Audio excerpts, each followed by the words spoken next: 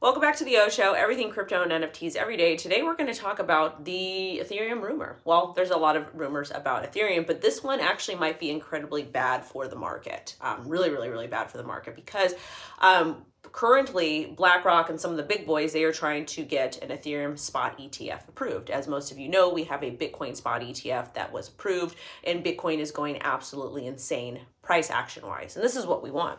And again, full disclosure, I'm going to be a little bit biased with you guys because I do own quite a bit of Ethereum. I want that Ethereum ETF to get approved. I want to sell majority of my Ethereum. I want that $10,000 Ethereum, okay? There's goals, hopes, and dreams, different things I want, all indicated in my trading and investing journal. So I'm going to be a little bit biased here, but always honest with you guys about that. Also too, I'm currently streaming in I'm in my bedroom in this little area that goes before my bathroom, and then I've got my makeup stuff over there. As you guys can see, it's kind of like a big old hot mess. Anyways, I'm in here because my kid, indeed, they're cooking, and my kid is, which, bless her soul, she's absolutely hilarious. And she had a good Women's Day yesterday. But anyways, let's talk about this Ethereum FUD, what we need to know and what we need to pay attention to, because this could impact the entire crypto market, especially crypto assets that are built utilizing Ethereum, okay? So when we talk about something as big as Ethereum, which is essentially almost like the first layer one to an extent, we do need to pay attention to this because there's so many different projects that are built on top of Ethereum or utilizing Ethereum, and it could impact the entire market, okay? Thank you guys so much for the love. Also too, we're doing memberships. If you guys want to be a member of the channel, it's like $4 a month to help support me and the channel. If not, that's cool too. But anyways, let's get into what's going on with Ethereum and it potentially being a security. I've got a lot of notes that I'm going to read you, and then I'm going to give you my thoughts. So Coinbase met with the SEC. As most of you know, we've got like 3 literal exchanges in the US that we can access. Well, we have other ones too. We've got like CoinCash and FEMX and some of the other ones too. But, you know, we're talking about some of the big ones, some of the big ones, okay? And it's like Coinbase, Kraken, and Gemini. All the other ones gone because crypto contagion. So anyways, Coinbase met with the SEC, and Coinbase does custody some of the Bitcoin spot ETFs for some of the big boys. So they met with the SEC regarding Grayscale's proposed spot Ethereum ETF. A presentation by Coinbase was included in the SEC's filing, stated that potential Ethereum ETF shares would be treated as commodity-based, similar to Bitcoin ETFs. Coinbase asserted the resilience of Ethereum spot markets to fraud and manipulation, disclosed plans for surveillance and sharing agreement with the CME. Balkalis and CIPHER, which were very popular analysts over on crypto Twitter that talk and track about the ETFs all the time. They are concerned over the lack of comments from the SEC, saying it might not be a positive sign. Analysts previously estimated 60% chance of the SEC Ethereum ETF approval in May of 2024.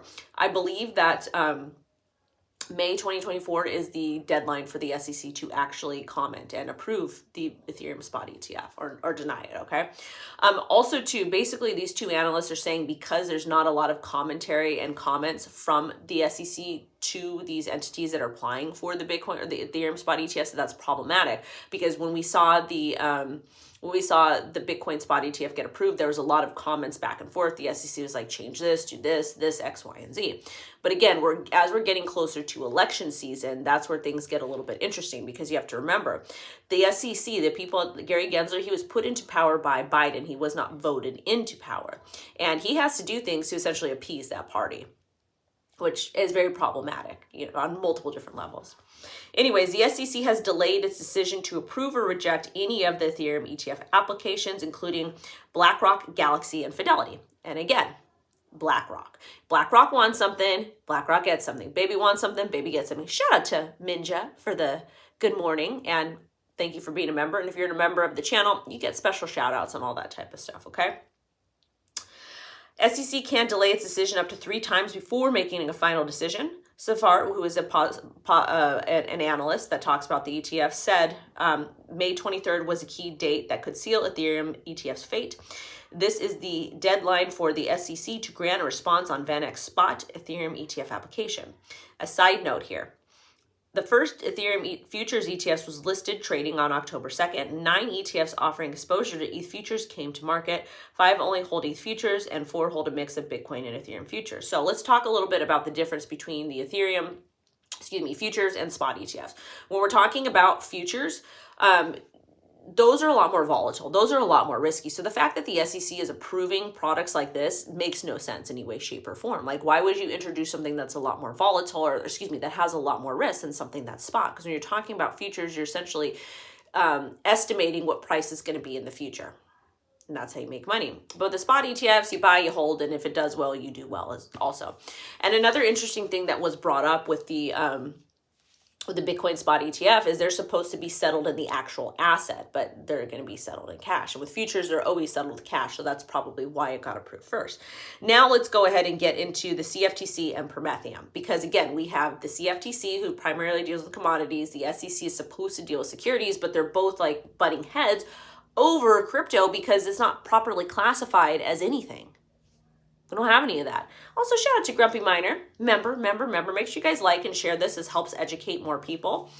All right, so let's read about this. So March 6th, the CFTC Chair Benham testified in front of the House Agriculture Committee, which is insane because why is that even a thing? Whatever. When it comes to crypto. That as agencies working with Gensler and the SEC on the classification of Ethereum as a possible security. So again, we have these people in power that cannot decide, no, not a rough night. I just woke up. I haven't brushed my hair. I haven't done my makeup. This is what women look like when they wake up in the morning. It's okay. It's totally okay. You know, it's okay to like hop on stream and just talk. I'm a human. You're a human too. And also too, maybe it was a rough night because we had a dance party last night. Anyways. So again, they're fighting. They can't figure out if this stuff is a security or if it's commodity, whatever it is, which is absolutely embarrassing because they have been doing this for a while. They should have this figured out, right? So anyways, he warned that a potential decision by the SEC to allow Prometheum to custody Ethereum would effectively classify it as a security. I don't understand why, because we have this company, Prometheum, that came into power. They came into place. They got this special licensing. And just because they want to custody Ethereum or do whatever, just because we have this random company that was able to get this magical license overnight shouldn't determine whether this is a security or a commodity or not, okay? It shouldn't. It's just absolutely ridiculous. So basically the SEC gave Prometheum special licensing and said, hey, you're going to do X, Y, and Z. That's what it looks like, in my personal opinion. But anyways, Benham stated that he doesn't believe the decision to allow it aligns with the SEC's view of Ethereum. He emphasized that if the SEC validates Prometheum's decision, it could put SEC-registered firms in non-compliance with the CFTC rules. So there's a conflict over here, okay? Gensler has not explicitly stated whether Ethereum is a security or a commodity, etc. So there's all this drama going back and forth. Crypto assets are generally considered commodities if they do not meet the criteria for being classified as securities. But that's the thing, though. We're talking about a brand new technology. Nobody knows what this stuff is. People refuse to do their job, etc. So, moral of the story here, we don't know if we're going to get the Ethereum ETF approved. We don't know if Prometheum is going to be classified, or excuse me, if the involvement of Prometheum is going to be classified as a, with Ethereum is going to make it classified as a security. So we have these two agencies that are fighting each other. We have these two agencies that are focused so heavily on crypto instead of the banking crisis that's happening and what's going to happen on March 11th and the absolutely insane amount of money that the bank has loaned out to people because of interest rates and inflation and all this stuff that's going on. So we're basically just kind of sitting and waiting. We basically have to wait until May 23rd to know if Ethereum the spot ETF is going to get approved or if it's a security or not. We have no idea. And the scary thing is once this stuff gets put into power, once it gets put into law, it's very hard to overturn. So it's a very interesting time that we're in. And yes, I know this is not meme coins and no, it's not super exciting. You're not going to be making crazy money on this. But at the end of the day, if Ethereum is classified as a security, there's going to be a lot of problems for all of us in the United States of America in the crypto space because all of our favorite projects that are built on Ethereum, maybe even NFTs, those might be classified as securities as well. I do believe that we should have different classifications for different cryptos. Do different things. And that's why Hester Peirce's Safety Harbor Act was so important. But anyways, I just wanted to give you guys a quick update because there's a lot of drama going on with Ethereum.